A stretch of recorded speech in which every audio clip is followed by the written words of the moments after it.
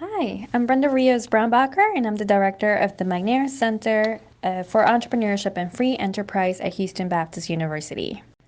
Welcome to the McNair Center and happy National Entrepreneurship Week. We wanted to celebrate this National Week here at HBU by inviting our HBU alumni who are in the entrepreneurship ecosystem here in Houston and that could talk about their experiences and what it means to be an entrepreneur, how to help entrepreneurs, and what happens after you graduate here at HBU. So at HBU McNair Center for Entrepreneurship and Free Enterprise, our mission is to empower all of you to become entrepreneurs and have the entrepreneurial skills that will make you successful in the community and make a positive change. National Entrepreneurship Week is a congressionally charter week dedicated to empowering entrepreneurship across the United States. The annual initiative was relaunched in 2017 to bring together a network of partners from Maui to Miami to educate, engage, and build equitable access to America's entrepreneurship ecosystem. Our first speaker for today is Dr. Paula Pineda, who's currently designing and leading the City of Houston's new Economic Development Division within the Department of Housing and Community Development. Under her leadership, the City of Houston will pursue a small business development strategy with an emphasis on micro enterprises and disenfranchised business owners. Dr. Pineda is committed to providing economic opportunity for all Houstonians as a means to empower under-resourced communities and address inequality. She also draws from her experience across academia and government to contribute data-driven strategic leadership to this mission. As a scholar of ethnic identity, ethnic conflict, and decentralization institutions, she also draws on her research and interest to design programming and policy that addresses structural inequalities. She graduated from HBU with a Bachelor of Arts in English and Spanish back in '08 and went on to Baylor University School of Law and University of Houston with a Master of Arts. And she also graduated from U of H in her PhD in political science back in 2016. Please, let's welcome Dr. Paula Pineda. Our next speaker will be Terrence Narcisse. So at the age of 18, he actually established the East Harris County Empowerment Council. His dream was to bring much needed resources to the youth and families of East Harris County. And while being a full-time student, he began reaching out and collaborating with numerous organizations and individuals. And as a result, he was able to secure funding and resources for EHCEC and other agencies. He's a community advocate and leader and working alongside various agencies and organizations around the greater East Harris County community. He graduated with honors and holds a degree in political science, a certificate in nonprofit leadership, and certificate in corporate entrepreneurship from U of H. He also holds a certificate in nonprofit finance and accounting from Rice University, and then he obtained his MBA here at HBU in 2017. Okay? He's one of 35 business students to receive the 2017 Future Business Legends Scholarships from the Texas Business Hall of Fame, which, by the way, I want to make a plug. Applications are open right now. So if you're a student and looking into your MBA, which I know some of you are seniors, you're juniors, you can still apply. You're an undergrad, so please take advantage. And Terrence, you can talk a little bit more how that helped. And then, in 2021, he was also named as the Texas State Board of Education's Heroes for Children. This award recognizes 15 individuals statewide and who has served and supported their local school community, the staff, and most notably, the students of Texas. So let's give it an applause to Terrence, another rock star. All right, next is Anne. She's a philanthropist and brings in the perspective of how to start with a franchise. She's an agency owner of the State Farm Insurance Brokerage Firm. And then when Anne's mom moved to the U.S., you were 8 years old. And in her childhood, she saw her mom just like work really, really hard, and it was, very independent, self-sufficient, who was always helping others, not just her family. And so this influenced Anne to really support women business owners like her mom with a passion to giving to the community. When you were 25, Anne personally sponsored a child from the Philippines, and over the years volunteered a great deal of her time working with several different organizations. Not only does she have an insurance company to run, she also runs a nonprofit called Girls Minding Business. Yes, queen. Hashtag. Yes, hashtag Girls Minding Business. Her Galentine's is happening this Saturday, by the way, so she can tell us a little bit more about that.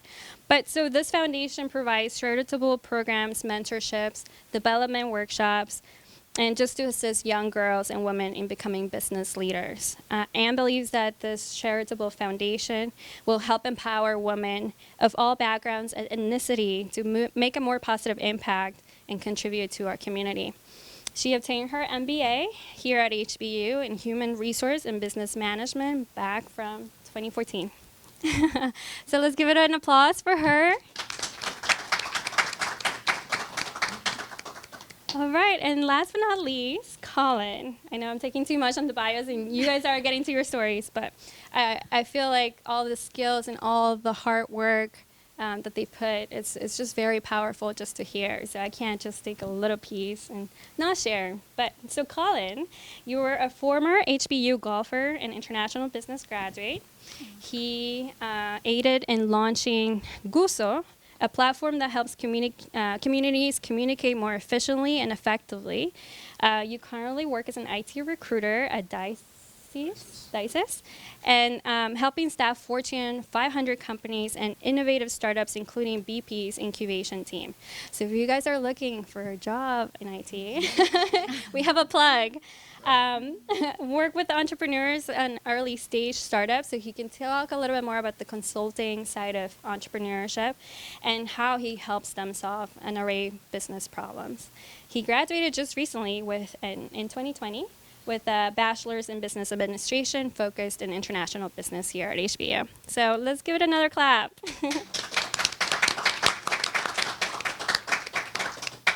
All right, so that's a lot of me talking. Now it's really getting to the real, and we'll get started with Paula. Okay, thank you, Brenda. Should I speak into this? Yes, please. Okay, I'm going to shift it over a little bit to me and the heart that I'm holding.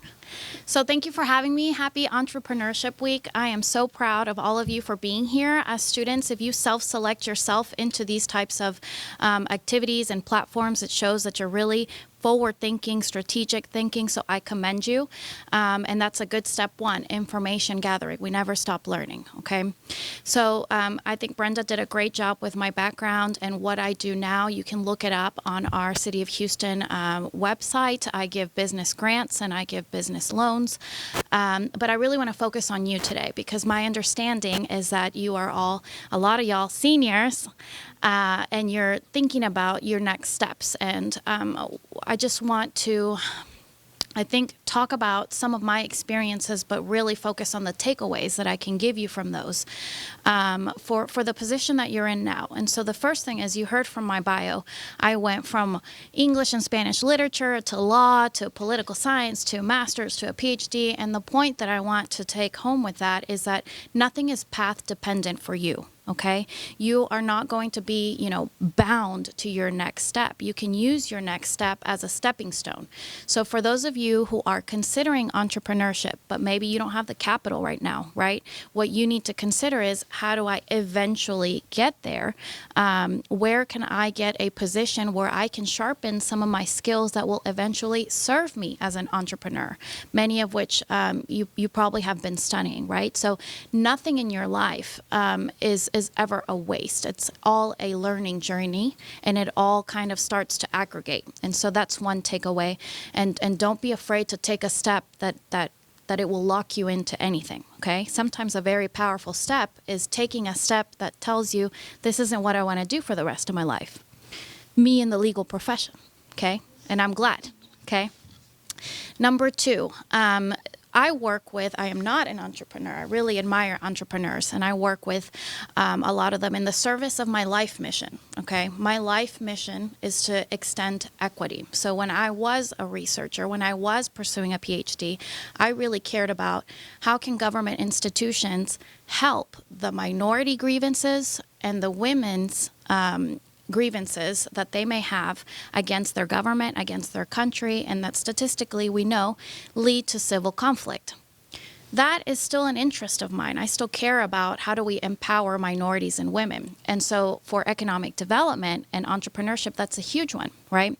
There are some disparities, which I think are just important to accept. For example, we know that ethnically black names get lower rates of loan capital from banking. And that's why we've seen this rise up of nonprofit lenders, okay?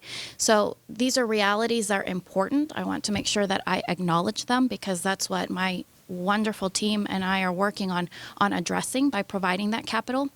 But the takeaway from that is that there's a landscape out there, if you do have entrepreneurial dreams, of resources that are literally designed to address some of those disparities and to help you where you are. So we have entities like mine, but even better, the Small Business Development Council, okay? Wherever you go, you can find entities like the SBDC that literally provide free business consulting to you across so many different types of topics, be it marketing, be it business plan design, because if you're opting to embark on a business plan, you really need to have a sense of the market that you're trying to enter into. You need to have a business plan, and these things take time. And don't hesitate to ask for help. Don't hesitate to lean on the resources, right? I don't know about your culture, but in my culture, sometimes Latin culture, we don't ask for help. We don't want help, and we think that that help is not for us, okay?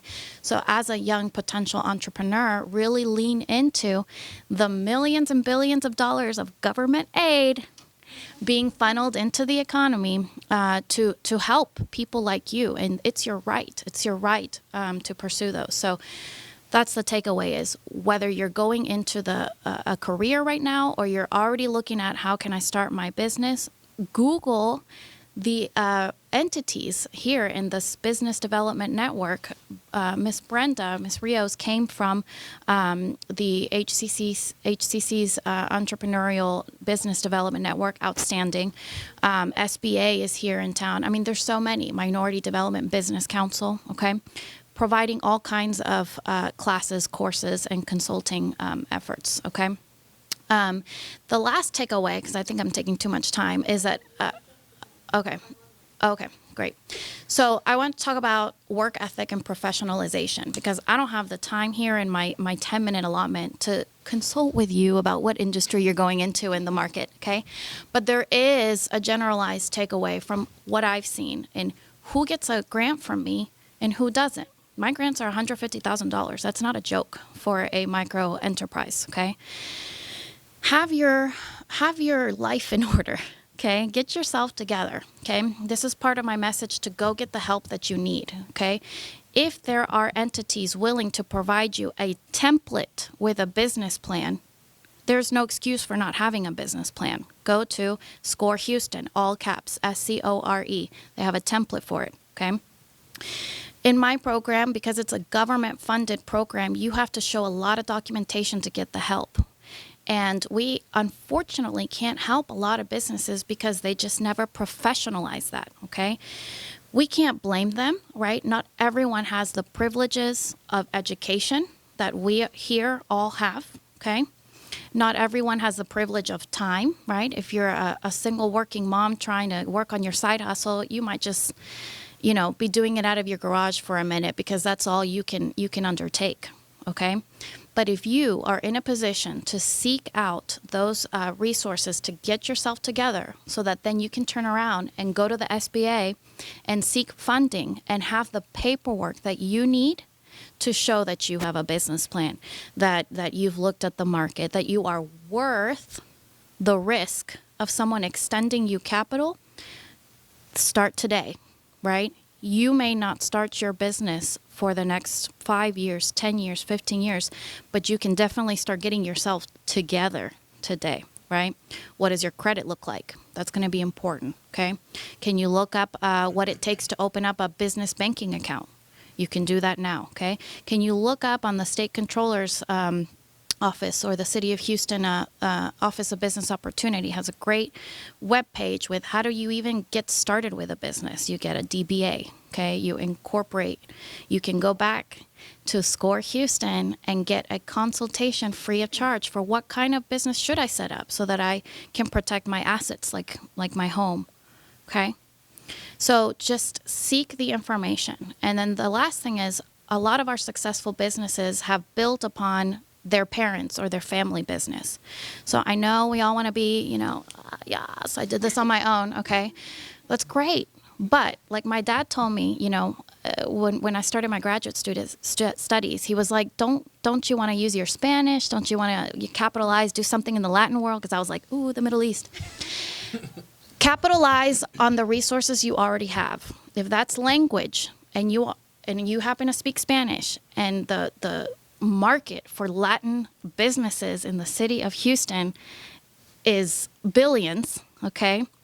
You may want to capitalize that. Brush up on those skills. Think about that target market, okay? If you have a family business that's your parents, your uncle, someone, okay, and y'all get along, work on that relationship and try to make it work, because you can carry something to the next level that already exists. Why exhaust yourself with starting it when there's something there already started, okay? Y'all look at Phoenicia Market, which is originally in Westheimer. That's where I get all my FOBby stuff because I'm an immigrant. And I love the Middle East, so I go and get all kinds of like olive oils and things. But it's an originally Armenian-owned market, tiny little coffee shop. If you go to the original location, this like man from like 1942 is there, with his first shop, and his son and his daughter are the ones that went to UT, got their business degrees, and helped them to become what is huge now. They have even locations in Austin, okay? So think about what is around you, in your family, in your network, maybe even your friends. Work out a contract, go to SCORE, okay? Friends, roommates, business partners, it gets complicated, okay? Have the paperwork. But think about what advantages do I have starting out, okay? What advantages do I have starting out? And I think just keep track of everything. And that's something that you need to be working on in your private life anyway. You need to have your taxes in order. You need to have your documentation in order. And it's the same thing, the same skills that translate over into a business, okay? And the last thing is, I just want to say, wherever you go, work on your emotional intelligence. Okay, work on your interpersonal skills, because if you become an entrepreneur, you're trying to get a customer, you're trying to get a contract. How you present yourself, both in person, yes, but also in writing. Work on your writing skills, okay? How you present yourself when you go to such events and you're networking, okay? You're making impressions everywhere you go. A lot of our most successful businesses that we help are relationship minded. Okay, they plug into their communities. They're always thinking, how can I give back to my community? And somehow, mysteriously, that always just comes back to them, and it benefits them, and it behooves them and their business. Okay, so those are some of the takeaways that I think are general enough to hopefully help you in all that you're thinking about. And I cannot emphasize enough, capitalize on what is already there. Okay, you're not here to win the Nobel Prize. I hope you do. But you can also make it easier on yourself, okay? Yay, well, let's give it up to Miss Paula, Dr. Paula. Preach. Be lazy. If you have any burning questions, please make sure to note them. We will have a Q&A right after this. All right, our next will be Terrence. Let's try to make Let me this get work. my sandwich out of the way. I think this is yours, Brenda. No. Nope. Good afternoon, everyone. Can y'all hear me? Okay. People in the back? Good. Mic check.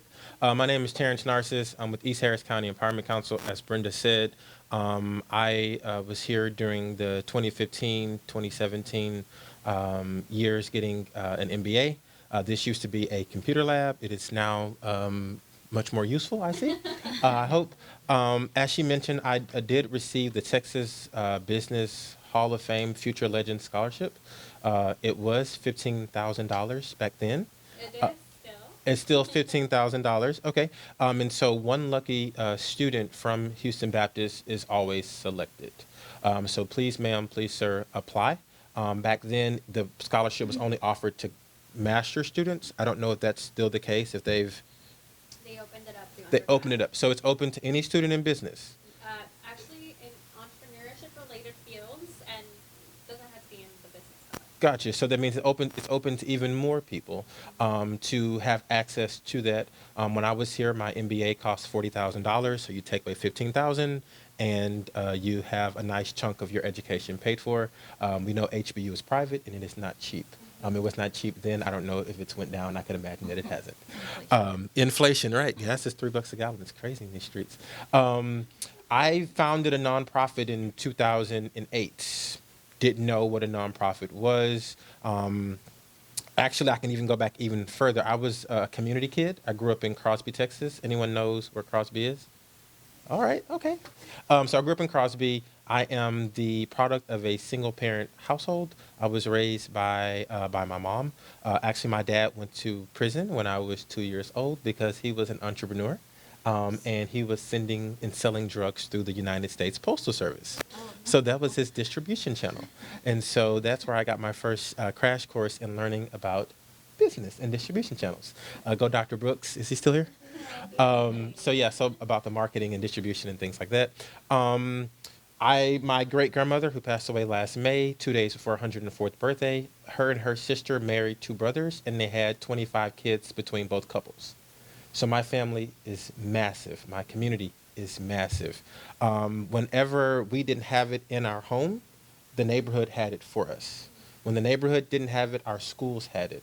Our churches had it. We grew up in a community where people were intently focused on developing the next generation of young people to become model citizens, because at that time, opportunity was much more abundant for the children of the community than it was for the parents. Much like today, you all have amazing opportunities that I didn't even have even five years ago.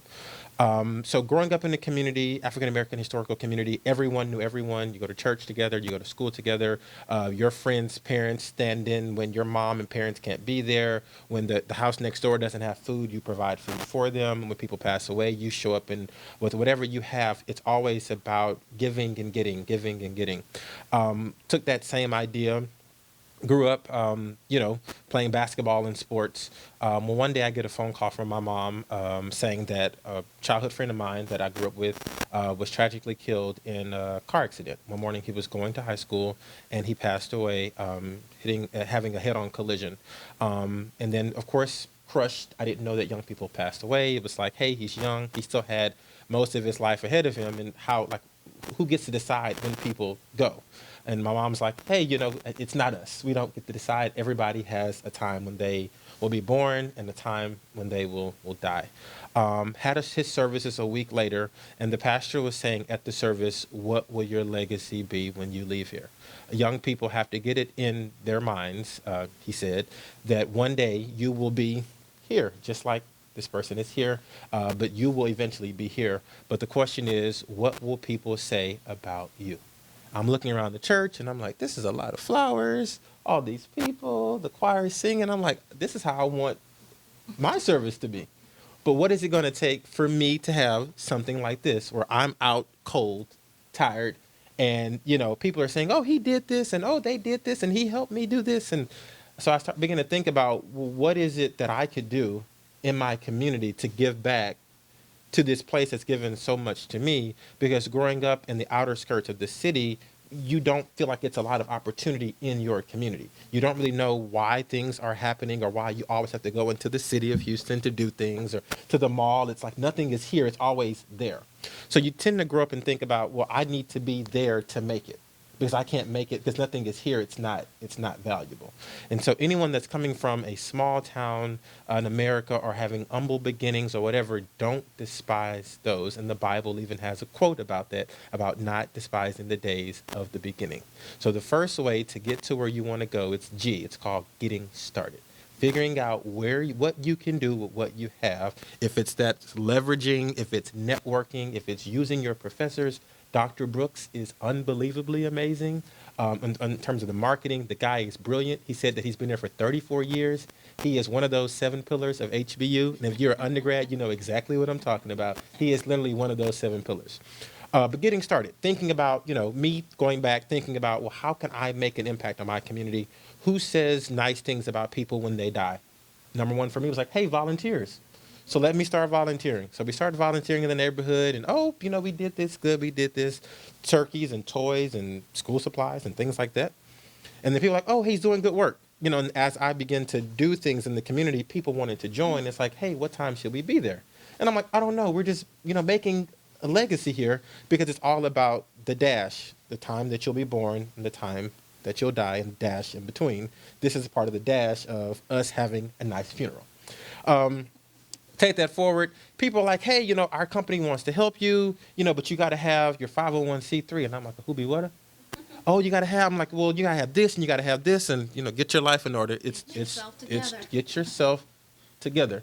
The second piece after the G of getting started is P. It's prepare yourselves.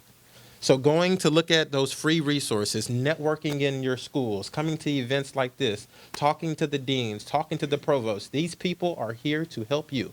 Without students, none of these people get paid.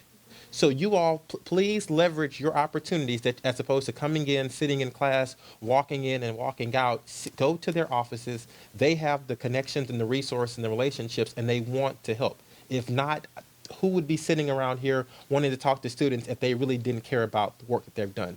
They've gone and prepared themselves by going to years of school just to come and help you all succeed in life. Please use your resources as you continue to prepare yourselves. There are tons of free resources, as she has, Ms. Dr. Pineda, right, has so eloquently said, that the resources have been made available for people like you. I mean, how many of you all have a dream? Everyone said, hopefully everyone. Okay, so again, preparing, what is it going to take for you to actually make that dream become a reality? Everybody here had a dream, and and we're slowly coming out and rolling out, becoming more and more of that dream each and every day. Started looking at nonprofits, of how that actually works. What is a nonprofit? Went home and told my parents, I'm going to start a nonprofit. My dad's like, oh no, that means no money. And I was like, well, there's some kind of way, because the Red Cross is a nonprofit. The United Way is a nonprofit. There's a lot of nonprofits and people get paid. So I'm not sure how that actually happens, but we got to figure out a way to get the nonprofit to where there's a profit, but it actually has to work together.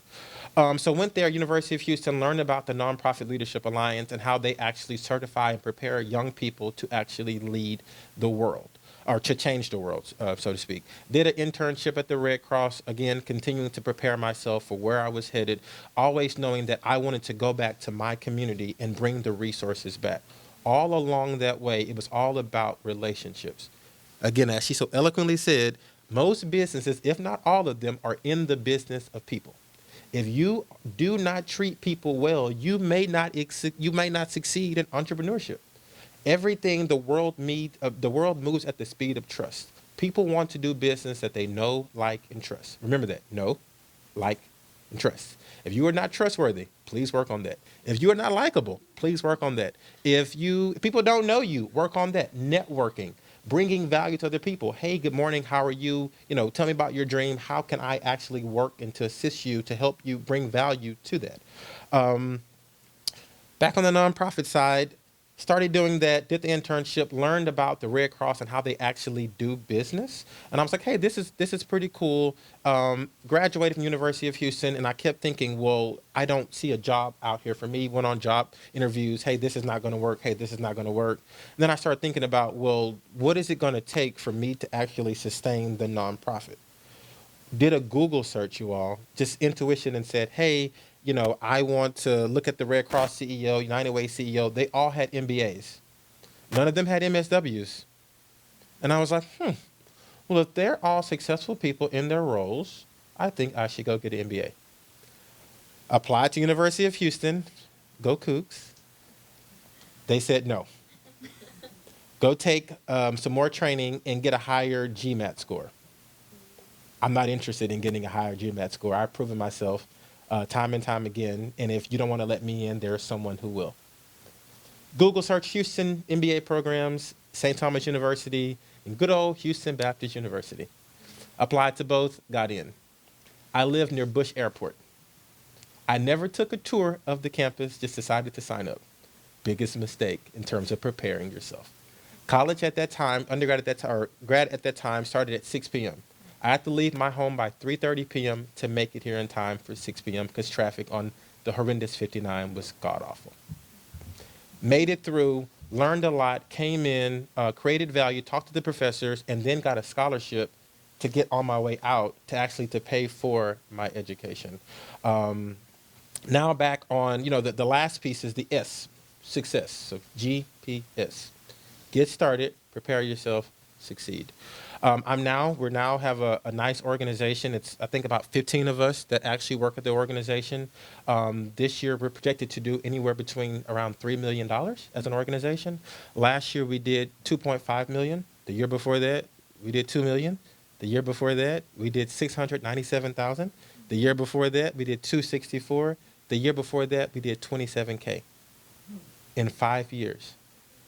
All those relationships, resources, and all the grind and the work ethic slowly is paying off to where now my job as the CEO of the organization is to create opportunities for other people to come and live their passions as well. So you mean success is not immediate? Success is not immediate, nor is it linear. So don't think that you're going to go A to B. It's A, Z, T, M squared, B, back. And I know you all have seen the meme about the guy, like the little success. People think success is linear. And it has the little line with the guy on the bicycle and the triathlon and all that. That is literally how success happens. It does not happen overnight. But I assure you, if you stay committed to whatever your dream is, success is possible. It does not matter what your parents tell you, because sometimes it's the people who see us the most that sees us the least. So be thinking about that. Again, get around people who want to cultivate the gift and the dreams that you have inside of you. And unfortunately, all too often, coming from broken homes and broken backgrounds, it's the people that see us the most that don't see us as the most valuable. So again, that network, getting around people such as this lady right here, or this lady over here, or this gentleman over here, or Brenda, your deans, your professors, allow people to cultivate the gifts and the dreams that you have to pour into you so that one day you can become a cup to pour into somebody else. But if I start a startup, it's supposed to be a unicorn by next year. That is true sometimes, but I assure you, if it is a unicorn the following year, then that is because some serious preparation has gone into, because I started my journey in 2008. We didn't go full-time operation to where I even got a paycheck in my nonprofit for 10 years. So just think about that. Success I can't guarantee that it won't be immediate, but again, if something is happening that fast, it is because there's an accelerant, kind of like a fire. Fires don't just kind of go up and like the whole building's engulfed. You put accelerants, gas, or whatever, grease or whatever on the fire to allow it to grow, and then it spreads. So again, fire could be your energy, your passion, or whatever your dream is. It is possible. It may not happen tomorrow. It may not happen next year. But I assure you, if you have the right, correct discipline and desire to make it happen, and you get around the good people to push you to be better, it's possible. All right. Gotcha. Yes. If And you need why do money, we this is the think- lady. It's not me. I work for a nonprofit. And why do we think we have this amazing panel over here together for those resources? So give it up for Terrence. Like literally, this was the real, because some people think that entrepreneurship is really easy. Others think that maybe you have what it takes to be an entrepreneur, but you don't prepare yourself and you launch and then you lose and risk. But that's fine, because in entrepreneurship, we also believe that failing is okay, and failing forward and failing fast and failing and learning and tweaking and redoing until you become successful. So thank you, Terrence. All right, Anne, you're next. Well, hello, everyone. My name's Ann Ton. I'm a State Farm agency owner and also a nonprofit girls mining business founder. Thank you so much, Brenda, for inviting me back today. I feel very honored, and I feel like a deja vu because I felt like it was just yesterday that I was just sitting in your chair, wanted to learn what's next step for me after I graduate or after I get a degree. So it's such a pleasure and honor to be here to share with you guys, because I understand that today is about you all, and I just wanted to share as much as I can based on my journey, my experience, and not just, the rainbow and butterflies, because it's not as easy as it looks. So I will share with you so you can be well prepared, and that you can be setting yourself up to success. Because I didn't know before I started my business. So I just want to share a little bit about my background so you understand where I'm coming from. So while I was working on my bachelor degree, I started my career actually in banking, working part-time. And at that time, I was very shy. I never knew I would be in the business world, networking, talking, building relationship with people, and be where I'm at right now, because I'm very introvert. I was the only child. But I learned to overcome that, because the banking world is you either talk or how you're going to make it. You don't communicate. You don't learn how to build relationship, with your customers, with your coworkers. So that's very important.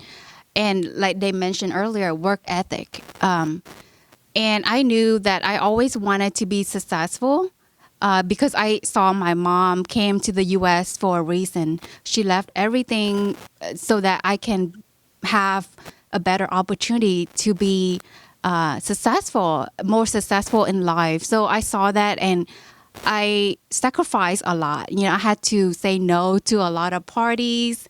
I had my priorities straight. I was very focused. I always looking for seminar, workshop that can excel, that I can excel as a person. I put a lot of investment into me. And also working in the banking industry help a lot.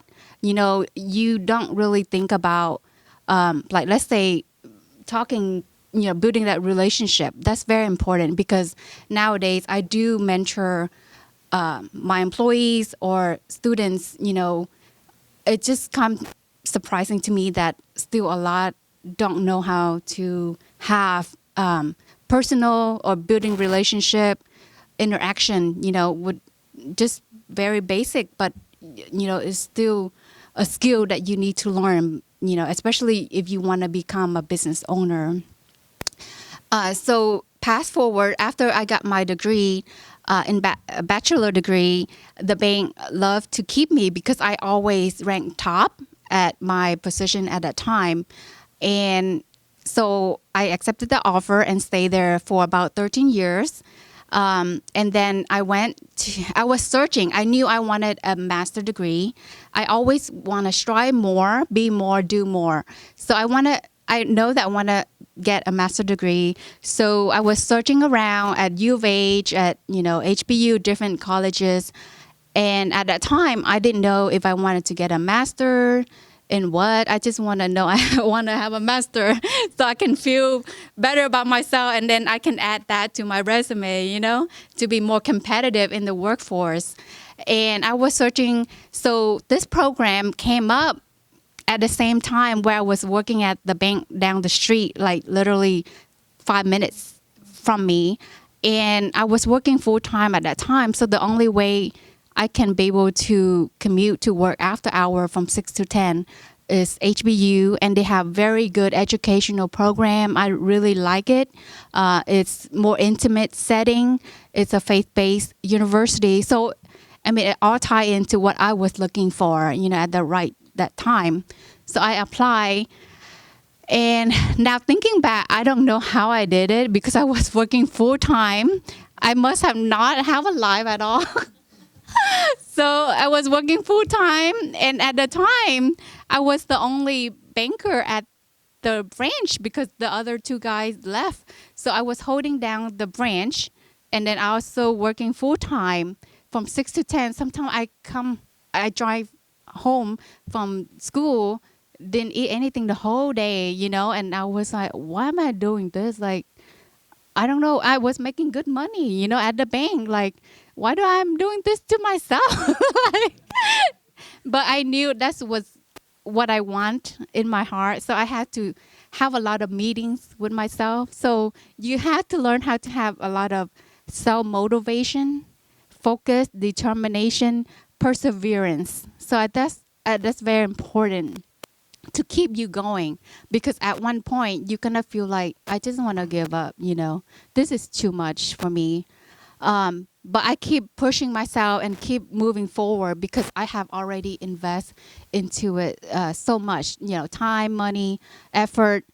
And I knew that when I finish my master degree, I will want to look for something more. It's just in me, maybe the entrepreneur spirits. That I want a more challenge. I want to do more. So I prepare myself by doing my best to be the best I can. I never strive for perfect.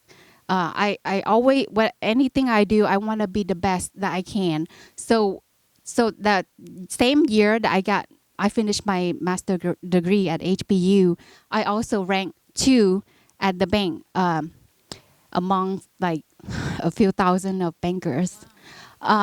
So after that, I thought, okay, maybe I'll take a break, like 6 months or something, just travel the world again and, like take it easy.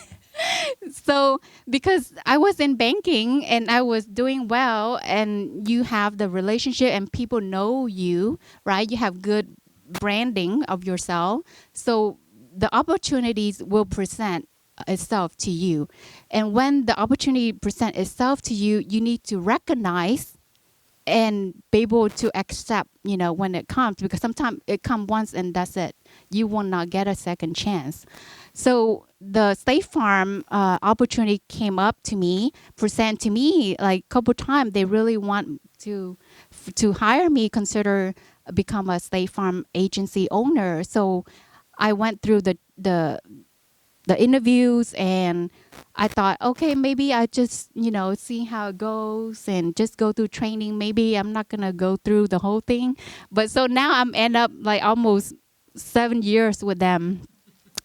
And I love it because it's related to what I already doing in the banking, but it's more challenging because it's more products, more things that I had to learn.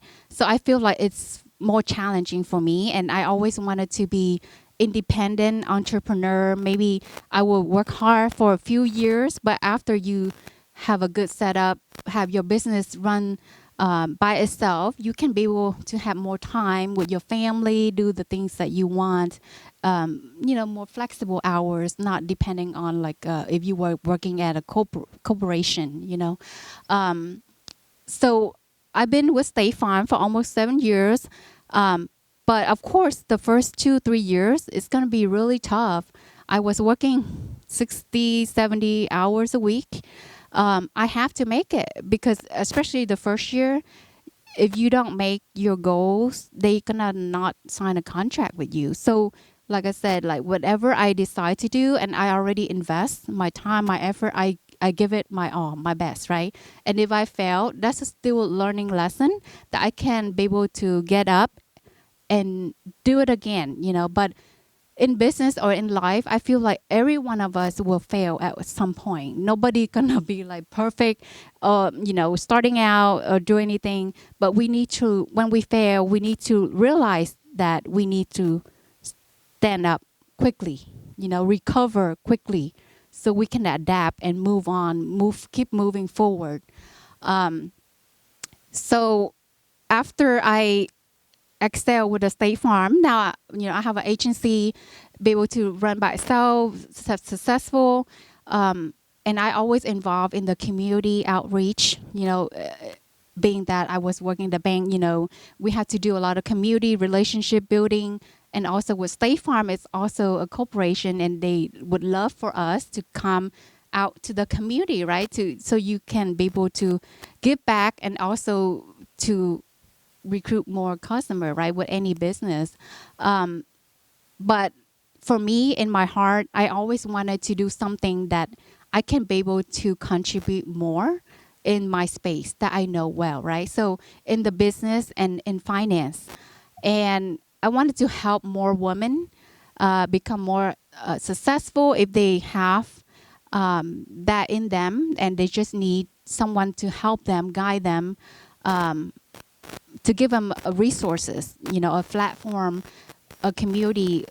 That's why I created the Girls Mining Business Foundation, where you can be able to, after you finish your college, you want to have a community of already successful business women willing to be your mentor in whatever the industry you're interested in. They can share, or you can get experience at an intern, so you can learn and not having to pay out of your own pocket, because if I knew, I would have just become a State Farm agent first, right? Working at under someone, learning everything before I just jump out and open my own agency, because of course it's gonna be more risky, right?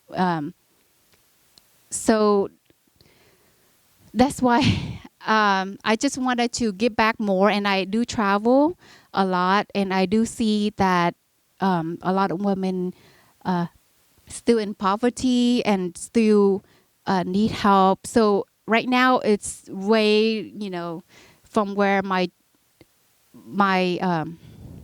goal is, but eventually if I be able to accomplish helping women in the Houston, I like to go to the state level and also other countries. I that's within my heart, but I know it's gonna be a lot of work.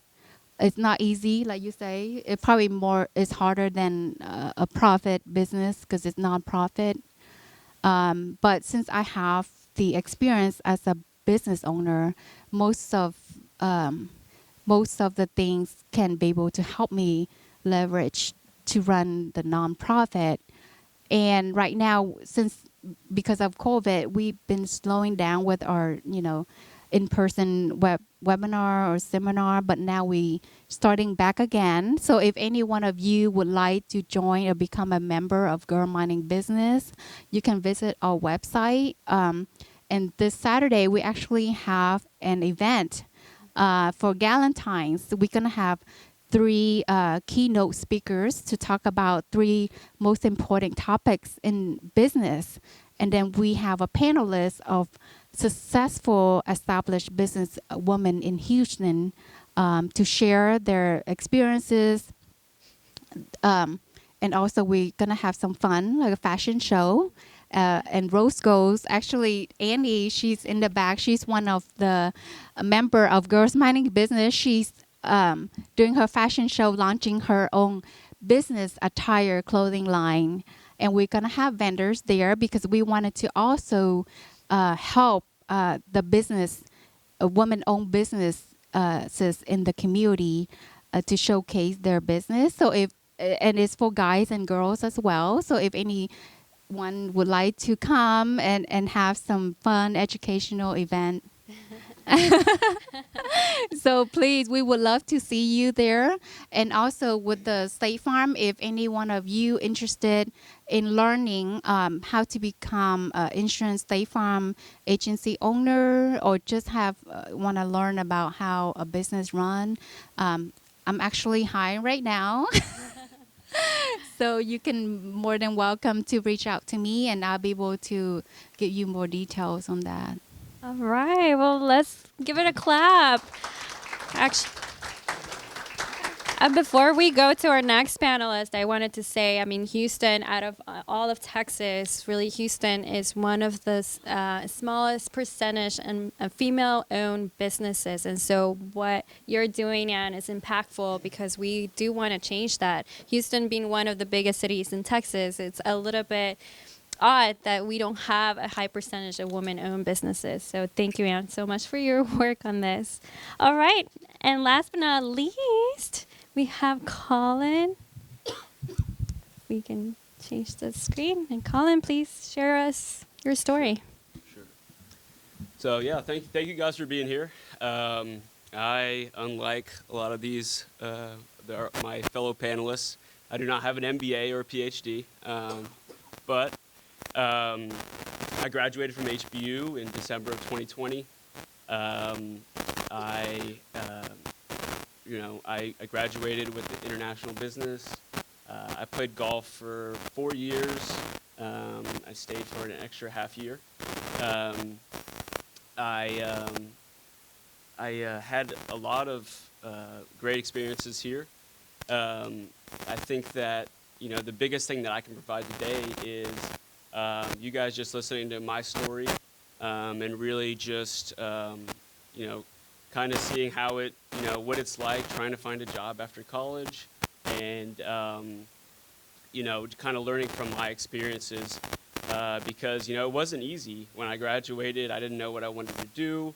That was something that really plagued me for a while, was just like thinking about that for so long, and I was very stressed about what I wanted to do, and a lot of things just didn't sound interesting to me. I'd taken a bunch of classes, obviously, and I knew I didn't want to do accounting. Sorry for any of you guys that love accounting. I knew I didn't want to do that. So there were things that I knew I didn't want to do, but I just had to start somewhere. I had to get my start, and so one of the first things that I did was while I was in college, I realized that golf wasn't really an option for me after college. I had a good first freshman year, and then everything kind of went downhill after that. I'm like, all right, I need to buckle down and figure out what I want to do. And so I started by just seeking out any opportunity I could find. Honestly, the first opportunity was just kind of by happenstance. I met a gentleman at my apartment complex, and he was like, I need help with my business. I'm trying to retire. I'm doing this pool service. I'm getting older, and I can't do this job anymore. So I really want to take this experience that I have, like 20 plus years in construction, and put it to good use. So I was like, okay, sure, yeah. Let me take a look at your financials and see how I can help. So I did that. I helped him grow and expand his business. We changed many different things throughout the business. He was overpaying a lot of contractors, and so we hired on a full staff for him. And so we grew his profit margins by, I think, a little bit over 50% in the first year. So after that, I kind of went away from that. I decided I was going to go back to continue with college. That was more of like a summer/spring job. I helped him get where he needed to be, and kind of like moved on from there. But what I really took from that was I saw what it takes to grow a business, to take it from the ground up, and that was my first legitimate experience with business. I had no idea. I obviously have taken a lot of classes. I have all these principles and all this knowledge, but had never applied it. I never taken it and turned it into something. So that's what I would encourage you guys to do, is really just any opportunity you see where you could provide value, anywhere, do that. Take that opportunity and make that jump. It's really important, and I really enjoyed that experience. And then going on from there, I was almost finished with my junior year, and I knew that I needed an internship. And so I started interviewing. I reached out to many people, and I was about to start an internship with Transocean. And then shortly after that, COVID. So all of that, pretty much every internship opportunity went down the drain.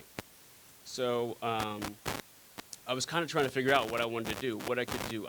I had this little experience, like helping grow a really small business, but I didn't really have anything else that I could provide. Companies want to see, internships, and they want to see that you worked at J.P. Morgan Chase for 2 years, or for over the summer.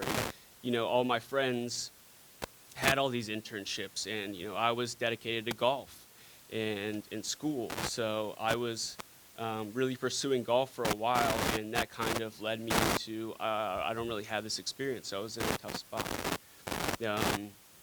So one day I got connected to a guy named Gordon Taylor, and he is the founder, along with 3 other gentlemen, of a company called Guzo. And Guzo is basically a platform that helps communities communicate more effectively with the people in that community, so with the community members. So, for example, if there's an HBU entrepreneurship community, it would be like sort of like a social media app, and you would only see this particular group, right? You could also be part of tons of different communities within that group as well. And so through Guzo, I wore many hats. I mean, it was a really small company, so I did not, I wasn't pigeonholed into one thing. And I really liked that. I really liked being able to see all aspects of the business. And also just getting able to experience talking to CEOs and talking to people that I would have never even thought I could talk to before. The San Antonio Spurs, the City of Houston, Department of Neighborhoods, lots of nonprofits that we worked with. A nonprofit called She Leads Africa, and so that was a really, really good experience for me. I ended up, so that job was actually an internship, so it was unpaid. And so I got all this experience, and luckily my parents, they helped me out. And I understand that I'm privileged and not everybody has a chance to do that, right? But if you do have the chance to do it, please take that opportunity. And you could also do that and other things at the same time as well. So moving on, I guess, from Guzo, I realized I needed a job. I have student loans. I got things I need to take care of. I was also in the midst of all of this caddying at a golf courses around Houston just to make some extra money. And I ran into a gentleman at one of the courses around here, and he actually offered me a job, and I took that job. So now I'm at Dices. And Dices is a staffing company. And what we do is basically we help staff pretty much every large oil company and some other, different types of industries in Houston with IT and finance and accounting contractors, essentially. I do also some permanent placements. But really specialize in mostly contract. So working with Shell, currently working with British Petroleum. They have a new incubation lab that they're kind of starting up right now, and they're trying to stand up multiple billion-dollar businesses so that they can basically support their initiative to go carbon neutral by 2050. So, sorry, Well, this is a really good time maybe for questions in the audience. We kind of wanted to face it back into what you guys are thinking. I mean, this is for you. So any thoughts, ideas, questions that you want to ask to our panel? Sure. Is there any cybersecurity positions open for any firm that you know of? Yes, we have multiple cybersecurity, like multiple firms that hire cybersecurity people. I will say that one of the issues with what I do, and I love to help people because I was in the same position. So anytime I can offer somebody an entry-level role that's just looking to get their start, I would do that in a heartbeat, right? I have two entry-level roles open right now. One of them is not a cybersecurity role, but you can talk to me after, and I can get your information, and we can connect, and I can help you in any way. So. Awesome. This is a question for Anne. I just recently accepted a job offer over at Frost Bank as an associate relationship manager. I'm a business finance major here. And I've noticed that within this career path, as we started off as a financial analyst for kind of your first year and a half, 2 years. And then there's a lot of recruiters in regards to investment banking that they kind of pull from, different commercial banks as well, maybe different investment firms. But for you though, kind of going through that journey from banking to where you are now, could you just kind of give me a little bit of hindsight of like what you were kind of doing for your bank? I don't know if you're in the same realms or were there different opportunities that led you different places where you might have not ended up being at State Farm, where you could have just been at a different company or.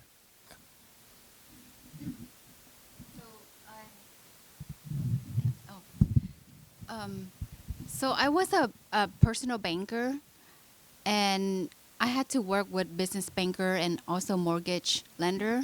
But in that space, I do multitasking in a way like they do expect you to learn. I mean, you're not specialized in that area, but I kind of learned everything because at one point I was basically the only one. But to your point, are you trying to figure out what position you want to get into?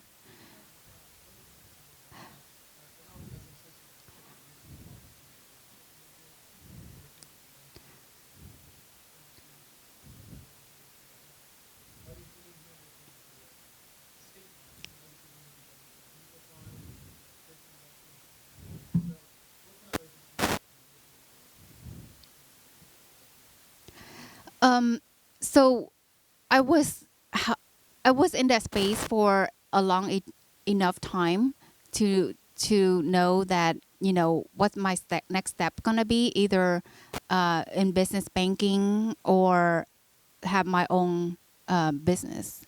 But the State Farm agency opportunity came up. It's it's more attracting to me, and I can see a longer term.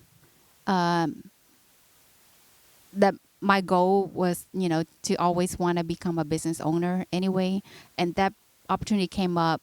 So I took that instead of a business banking because they were gonna give me a higher position after as being a personal banker, and I took the State Farm agency opportunity. So back to your point, I guess it's just figuring out what you really want to do, especially in the major that you're studying, because the associate manager, it's more operational. Like, honestly, I felt like they didn't really do a lot in for finance. If what you major in is in finance, right? Yeah. So you want to work with that degree, that will be more like investment banking side. And then also asking yourself, what do you want to do? I mean, what is your ultimate goal is? Like, do you want to stay working at the branch, or you want to work in more like a finance side? Because when people look at banking, there's a lot of different positions.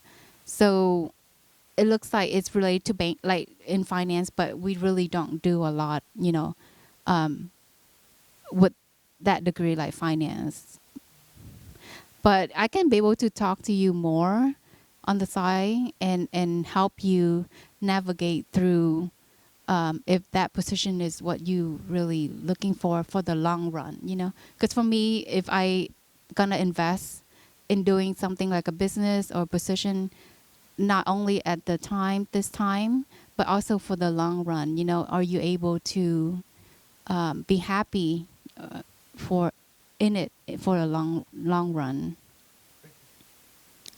All right, we have time for two more questions. So, anybody? Yes. Hello, this question is for Terrence, I believe.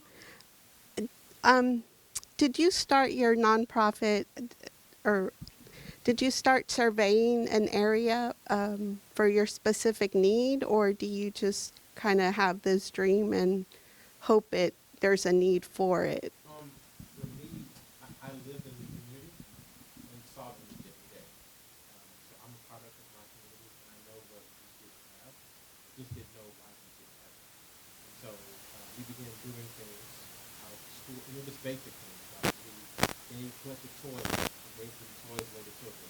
But the school supplies, gave those away. And then we began thinking about long term of like, well, why do people need this stuff in the first place? Or why is it that other areas have it and we don't? And so as we begin to kind of think differently about our work, it became clear as we began to reach out to different companies, Walmart, Target, Best Buy, H&M, help us.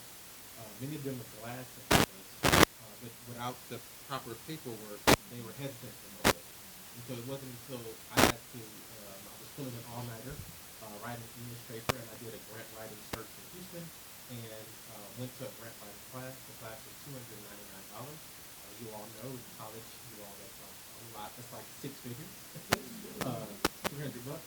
And so what I ended up having to do, because I was never late on my rent, I asked my landlord if I could skip out on my rent so then I use my rent money to go to the grant writing class. I took the grant writing class, and they became an extensive taught us all about grants in the class. Like, well, you can't get a grant if you don't have a 501c3. And I'm like, hey, well, people are saying that we need that. Like, I don't know if it's at the police station, the courthouse, the White House, the governor's mansion. Who heck, like, no one knows where I can get this. So, in the 501c3 is actual federal paperwork. So before you can get a 501c3, you have to become a corporation in the state of Texas. And so no one taught me all of that through the class. It's like, oh, well, I have a 501c3 do-it-yourself kit. I'm like, okay, this is great. $4.99. I'm like, well, that's 2 more months. I'm going to be homeless. And so I sent her an email after the class was over. Of course, I was the youngest person there, 19 years old. And she gives me the kit free of charge. And so she says, the only thing I want you to do is to pay it forward. And so to date, I've completed like 22 of those same paperwork processes for other organizations at no cost, because I know how instrumental that was for her and for me. And so going back to the question she asked, as we began to reach out to the community and asking other neighbors what you wanted and what do you want to see in your community and how do we go get it, it became abundantly clear that, hey, well, you know, the neighboring community, the neighboring neighborhood, these people, everyone's like, we all have the same issues. And then we begin to ask, well, you know, logically speaking, a mayor does this for your area. Like the mayor of Houston, who's like, go Houston every day. In our area, we're not in the city limits of Houston. And so we don't have one person that's championing, you know, what our cause is. And so that means that we have to do this for ourselves.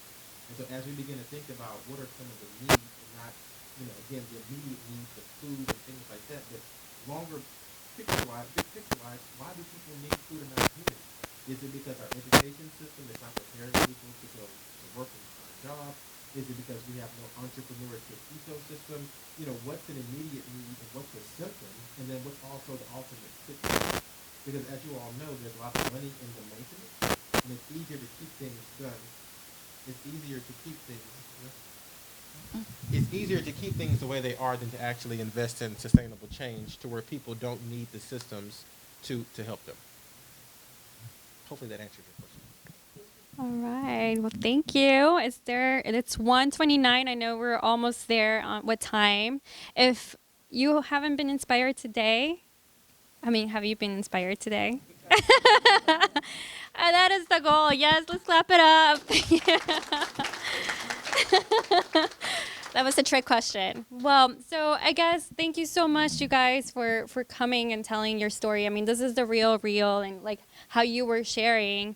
Like in classroom, you can learn all these foundations and all the steps to take, but it really is in the practical of like trial and error almost, and sharing some sort of this kinds of stories of our mistakes and our opportunities. That's where you really learn to get started with entrepreneurship. So I want to know more about you. So if you have a chance, just scan that QR code on the screen. That's the survey or a database that I'm putting together here at HBU, because I want to know more of what kind of events, what kind of opportunities you want to see here at our McNair Center.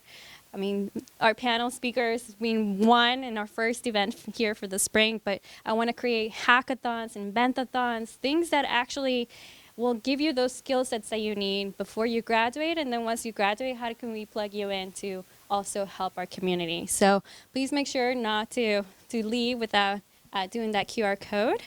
And then one last slide. We support entrepreneurs, and this is with National Entrepreneurship Week, started yesterday. It goes all the way until this Sunday. You can actually go into National Entrepreneurship Week on Google and find all the workshops that they're putting together, not just here in Houston, but across the U.S. And you can even learn a little bit more about the needs, the challenges, the opportunities that you see all across the United States. So with that said, thank you. Thank you so much.